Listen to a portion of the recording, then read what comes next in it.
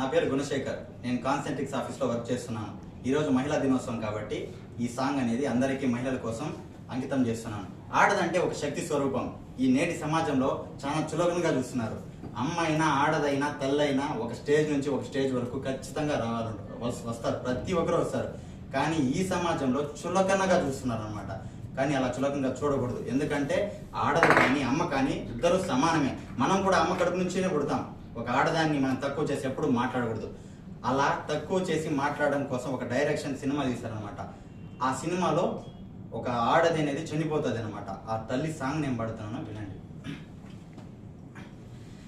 తల్లి తల్లి నా చెట్టి తల్లి, నా ప్రాణాలే పోయాయమ్మా, నువ్వే లేని లోకాన నేను శవమల్లే మిగిలానమ్మా, నా ఇంట నువ్వుంటే మాయమ్మ ఉందంటూ ప్రతిరోజు మురిసేనమ్మా, ఏ జన్మలో పాపమే నేను చేశాను ఈ శిక్షే వేసావమ్మా, తల్లి తల్లి నా చెట్టి తల్లి, నా ప్రాణాలే పోయాయమ్మా, నువ్వే లేని లోకాన నేను శవమల్లే మిగిలానమ్మా.